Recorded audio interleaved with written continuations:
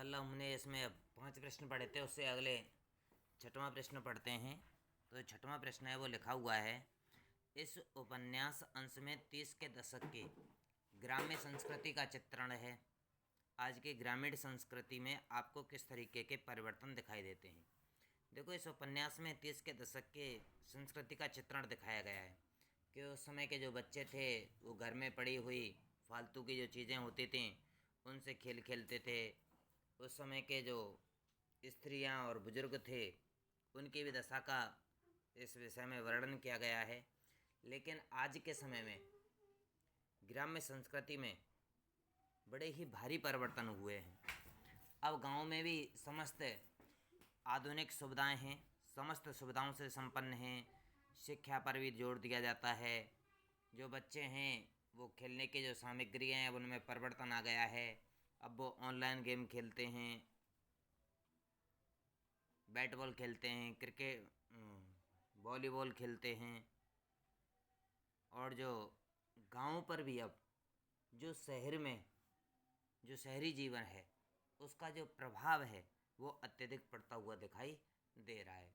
आज के समय में जैसे कि पहन ओढ़, खान पीन, रहन सहन, सभी बातों में क्या हो गया है, अब इस समय परिवर्तन हो गया है।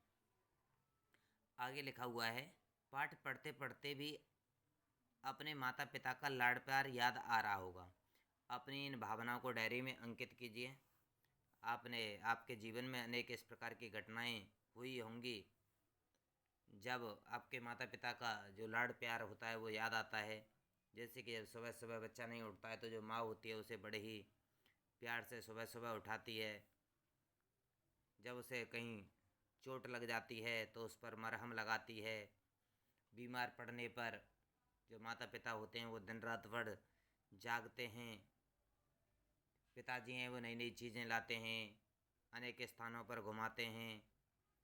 स्कूल से जो गृह कार्य मिलता है उसे घर पर कराते हैं।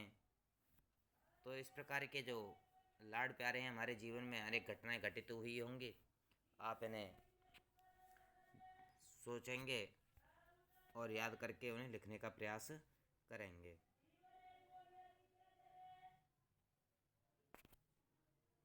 उससे आगे का प्रश्न है,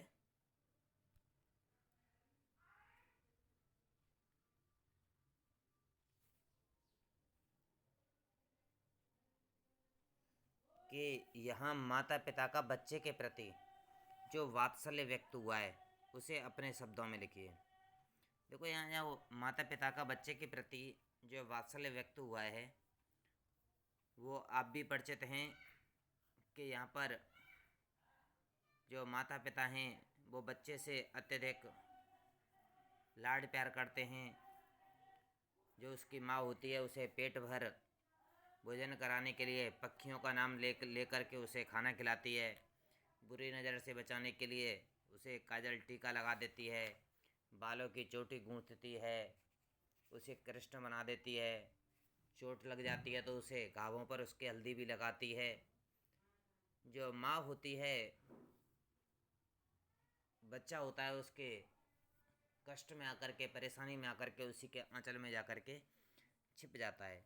उसके जो पिताजी हैं वो भी उससे अत्यधिक प्रेम करते हैं, उसे साथ में सुलाते हैं, सुबह उठा करके नहलाते हैं, खेतों में ले जाते हैं। तो इस प्रकार से हम कह सकते हैं कि यहाँ पर जो माता पिता का बच्चे के प्रति क्या हुआ है, एक वात्सल्य का जो भाव है वो प्रकट हुआ है। अगला प्रश्न लिखा हुआ है, माता का आंचल शीर्षक की उपयुक्तता बताते हुए कोई अन्य शीर्षक दीजिए। यहाँ पर जो माता का आंचल जो शीर्षक है वो बड़ा ही उपयुक्त प्रतीत होता है, क्योंकि यहाँ पर जो भोलानाथ और उसके जो साथी थे, जब वो उस परेशानी से ग्रसित हो जाता है तो वो अपने पिता की बात को भी अनसुना करते हुए भी जाकर के कहाँ लगता है, माँ के आंचल में जाकर के छिप जाता है। भले ही उसका समय अधिकतर अपने भाई और पिताजी के साथ व्यतीत होता हो, लेकिन जब वो कष्ट में आता है तो अपनी माँ की जाकर के शरण लेता है। इस प्रकार से हम कह सकते हैं कि जो माता का आंचल जो शीर्षक है वो उपयुक्त है। वैसे हम अन्य शीर्षक रखना चाहें तो माँ का वात्सल्य, पुत्र के प्रति प्रेम आदि भी रख सकते हैं। अगला है बच्चे माता पिता के प्रति अपने प्रेम को कैसे अभिव्यक्त करते हैं। देखो, कुछ माता पिता के कर्तव्य होते हैं तो कुछ बच्चों के भी कर्तव्य होते हैं। वो वैसे जो छोटा बच्चा होता है वो अपने माता पिता के प्रति प्रेम को अभिव्यक्त करने के लिए अनेक प्रकार के प्रयास करता है।